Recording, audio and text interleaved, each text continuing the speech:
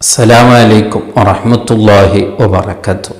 കലീമുല്ലാഹി മൂസ നബി അലൈഹിസ്സലാം ഒരു ദിവസം ഖബറാലികളുടെ അരികിലൂടെ നടന്നു പോകുമ്പോൾ മൂസ നബി അലൈഹിസ്സലാമിനിക്ക് അവിടെയുള്ള ഖബറാലികൾക്കുള്ള അവസ്ഥകൾ, അവരുടെ ജീവിതം, ആ ഖബറിൽ എങ്ങനെയാണ് അവർ അനുഭവിക്കുന്നത് എന്നുള്ള കാര്യങ്ങളൊക്കെയും അവിടെ നിന്ന് അള്ളാഹു അറിയിച്ചു കൊടുക്കുമായിരുന്നു.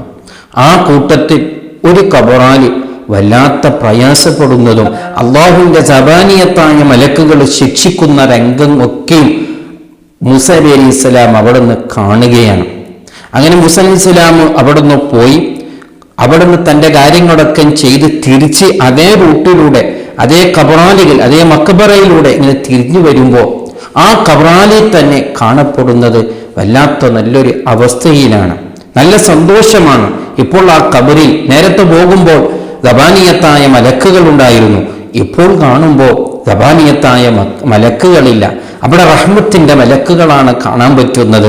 ഇത് കണ്ടപ്പോൾ മൂസ നബി അലൈഹിസ്സലാമിനിക്ക് സന്തോഷമാവുകയും വല്ലാത്ത അത്ഭുതമായി. എന്താ ഇങ്ങനെ സംഭവം നടന്നത്? നേരത്തെയുള്ള ആ ശിക്ഷ ഇപ്പോൾ ഇല്ലാതെയാകാനുള്ള കാരണമെന്തേ? ഇതൊന്ന് അറിയണമല്ലോ എന്ന് കരുതിക്കൊണ്ട് അള്ളാഹുവിനോട് രണ്ടരക്കാലത്ത് നിസ്കരിച്ചുകൊണ്ട് റബ്ബിനോട് പ്രാർത്ഥിക്കുകയാണ്. ഇതിൻ്റെ രഹസ്യം എന്താണെന്ന് പഠിപ്പിച്ചു തരാൻ വേണ്ടി. അള്ളാഹുവിൻ്റെ അമ്പിയാക്കൾക്ക് പലതും അള്ളാഹു പഠിപ്പിച്ചു കൊടുക്കുമല്ലോ. ആ കൂട്ടത്തിൽ അവിടെ നിന്ന് അള്ളാഹു അറിയിച്ചു കൊടുക്കുകയാണ്. അതേ, ഈ മനുഷ്യൻ ഒരു തമ്മാടിയാണ്, ശിക്ഷയ്ക്ക് അർഹതപ്പെട്ട ആളാണ്. അതുകൊണ്ടാണ് നേരത്തെ നിങ്ങൾ കണ്ടത് അദ്ദേഹം ശിക്ഷ അനുഭവിക്കുന്ന ആ രംഗമൊക്കെ ഖബറിൽ കാണപ്പെട്ടത്.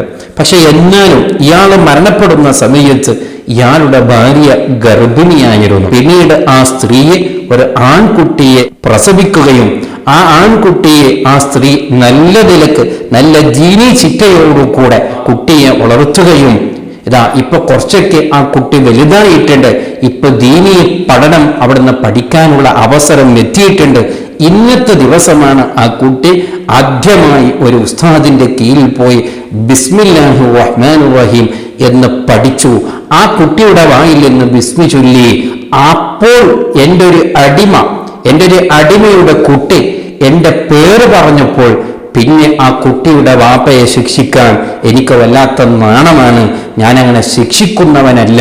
ആ കുട്ടിയുടെ ബിസ്മിയുടെ ബർക്കത്തുകൊണ്ട് ഞാൻ ഇന്ന് ഇയാളുടെ ശിക്ഷകളൊക്കെയും ഞാൻ ഉയർത്തപ്പെടുകയാണ് എന്ന് മൂസ നബി അലൈഹിസ്സലാമിനോട് അള്ളാഹു വഹി അറിയിച്ചു കൊടുക്കുകയാണ്. എന്തൊരു അത്ഭുതമാണ്!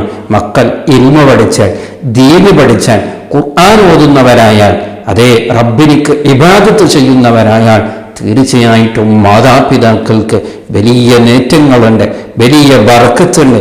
അതിലൂടെ അല്ലാഹുവിൻ്റെ പൊരുത്തം വാങ്ങാൻ സാധിക്കും. അതുകൊണ്ട് നമ്മുടെ മക്കളൊക്കെയും നാം ദീനീ ചിട്ടയുള്ളവരാക്കണം. ഖുർആൻ പഠിപ്പിക്കാൻ, ഇൽമ പഠിക്കാൻ വേണ്ടി അവരെ അയച്ചുവിടണം. എന്നാൽ തീർച്ചയായും നമുക്കും ഇങ്ങനെയുള്ള നിയമത്തുകളൊക്കെയും ലഭിക്കുമെന്നതിൽ സംശയമില്ല. അല്ലാഹു സുബ്ഹാനഹു വ തആല നമ്മുടെ എല്ലാ മക്കളെയും അവൻ പൊരുത്തപ്പെട്ട മക്കളാക്കി തരുമാറാവട്ടെ. അസ്സലാമു അലൈക്കും വറഹ്മത്തുള്ളാഹി വബറകാതുഹു.